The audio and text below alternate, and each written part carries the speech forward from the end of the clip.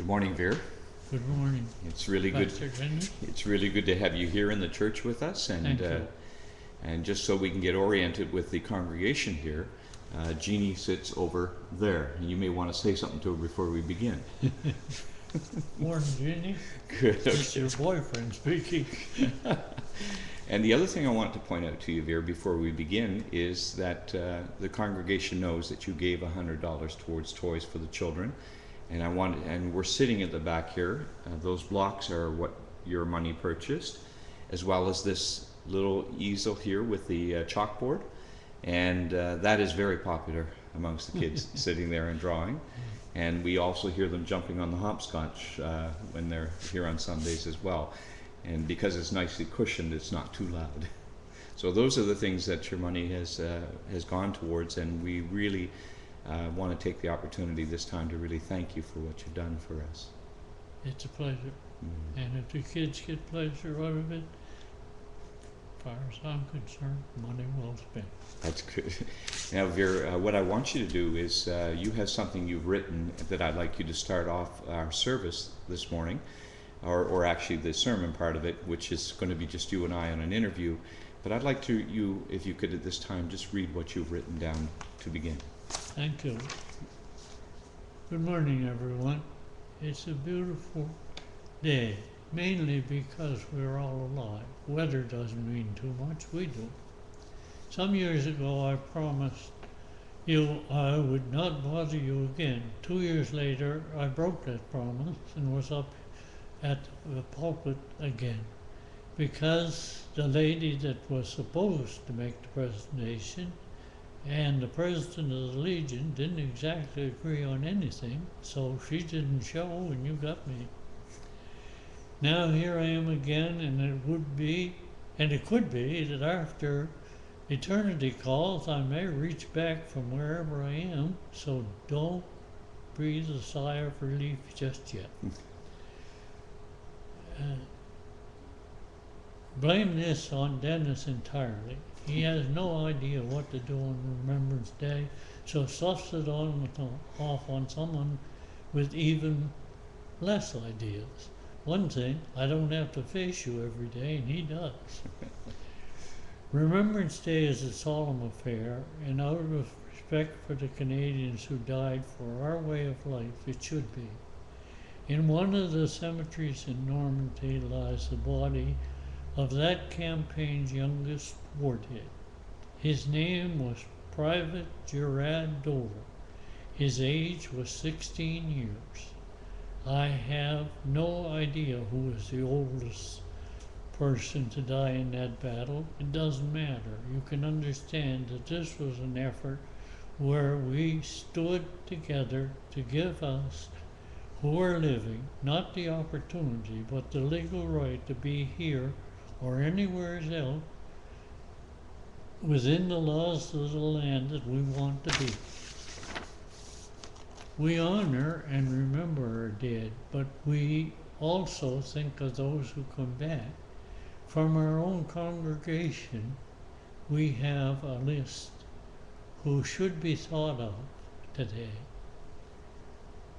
on this day, and these are members serving from World War II till today.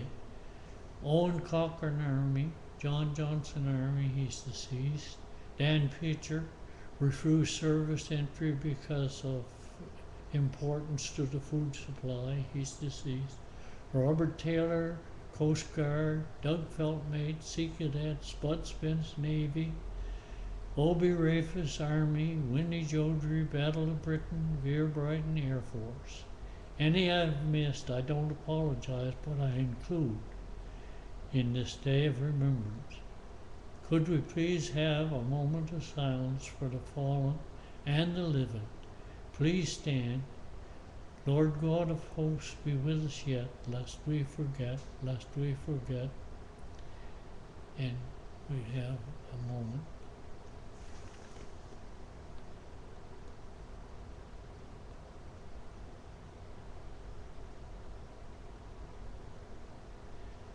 At the going down of the sun and in the morning, we will remember them. Now, Dennis, your show. Okay, thank you very much, Vere. I really appreciate you starting off the service in that very most appropriate way. I'd like to begin by actually referring to a conversation that you and I once had in your room. And I'd like the congregation to hear it too, because there is an obvious reason for this. Just to help you recall that conversation, you and I were sitting there and you said that you had something you wanted to talk to me about, something I said in one of my sermons. And you had mentioned to me about the fact that I called myself a pacifist, and that I was for peace and not for war. And one of the things that you had mentioned to me is that it's a good way for me to lose a lot of people on Remembrance Day by saying statements like that. And I agreed with you, and I realized that because I myself was not in the war, then it just made it so that I couldn't understand other people's situation. But then you did something interesting, because I came back and we had another conversation, and you actually apologized to me for that, even though I thought I was coming more on your side, and then you ended up apologizing to me for saying what you did to me. But it's just a way of understanding between a Remembrance vet and a person who's never served in war before. My dad fought in the Korean War, and I remember when I was 6 years old, when he finally came back. He was injured in the Korean War. He came back home and he was never the same, and our family broke up. He turned to alcohol, and there was a lot of abuse going on in our family. And I think that a lot of it had to do with the issues that he had to deal with, but he never spoke about them. And he wouldn't share what happened over in Korea. One of the things that you began trying to share with me is what it was like for the people who served in the war to come home and then go to church, but not be able to really talk about their experiences and some of the things that they may have had to deal with that no one would understand or they could turn to talk about it. Would you like to just fill me in a little more, or share with me again what you shared with me in the room? This, yeah, the sad thing about it is it hasn't changed. Not a particle. I want to show you. I said that when we come home from the war, I still say it, we never got over that war. It doesn't matter what we did since or who we did it with or anything. No veteran of the Second World War, or the First especially, which was worse, ever recovered from that. And when we got home, I said, and we still do the same thing, there was no understanding on either side of what we should do, because we were all rookies. The civilian population that had to receive nearly 1 million of us coming home was not prepared for that. They had been 5 years without us. We had lived in different countries, and we had also developed a culture of our own. First, you got to imagine what it'd be like from day one when you signed the check for Canada, which says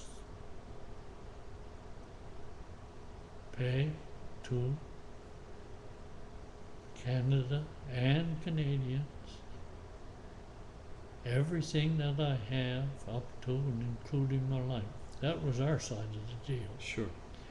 The civilians that stayed home had to, we would have been nothing without the civilians, because we couldn't have eaten, we couldn't have worn clothes, couldn't have done anything. Yes. They fed us.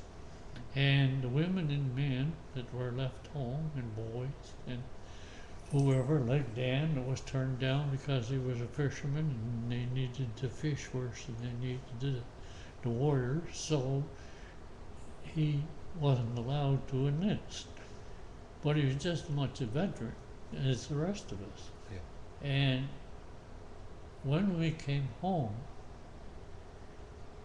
there was no understanding on either side because we'd been 5 years away and developed a culture of our own. You can't live together, 1,000,000 people, with the same objective and taught the same thing. Didn't matter whether you were Air Force, Navy, or Army. You were taught to kill Germans anyway, however was possible. Just that was the enemy and destroyed them. We did that. So we came home and we knew then, and we've lived with it every day since, that we had blood on our hands, but we thought it was blood that was for the benefit of our people. Now, it was, but I expect if the Germans had won, they'd said that blood was for the benefit of their people. Yes. So who's ahead here? Anyway, nothing ever comes from war except more war. And you say your father was in Korea. Well, there's 516 Canadian people that are still in Korea. Yes. And they will be there. So they never, when we first came home, there was no understanding. There was homes, nearly all the married homes broke up for the simple fact that the woman of the household had to assume all the responsibility of raising whatever family there was, all the responsibility of paying the bills, all the responsibility of keeping the house up, or whatever it was that where they lived or what they did. It was suddenly hers, and she spent 5 years doing it, and she couldn't understand why. So Yo-Yo would come home, when he'd been away, and come home and start taking over from her because she was the boss, and it was the same in all directions. We were promised the jobs we left. We had service jobs or one thing or another, and the people, the day we left, somebody took our job and had been there for 5 or 6 years and built a life around that job. They wasn't there too happy to give it up just because we come home. So what happened was we were lost. And we had developed this culture of our own. We didn't speak the language. We had a language of our own. And we didn't even know our own money. Yes. And the most unusual fear that I had all through the whole 4 years that I was overseas and at the end of it came home was the day I arrived in my little village where I lived. And I wondered what in the world I was doing there. I had moved there from well, I had been home a while and out in Kingston where all we did was lay in the sun. But previous to that, I had been outside London, outside Glasgow, outside Paris, outside anywhere you want to name, where people try to go and you can't. So I had no idea what I was supposed to do. And 1,000,000 other people, men and women both, there were a few service women there. There was a lot of them, the WAFs and the quacks and whatever they called them, the waves. They were overseas too. But when they come home, we were lost. So the government was wonderful. We might have not thought so at the time. I suppose a lot of us don't think so yet. But they provided training schools. They provided money to go back to school like Owen did. And I have several friends I know that went back. And they provided farms for people, and the government was wonderful. And they wanted to get rid of us, but they were wonderful. And we appreciated then, and we appreciate still what's left of it. And I'm talking about World War I, or World War II. But we were lost. We didn't know where to turn. So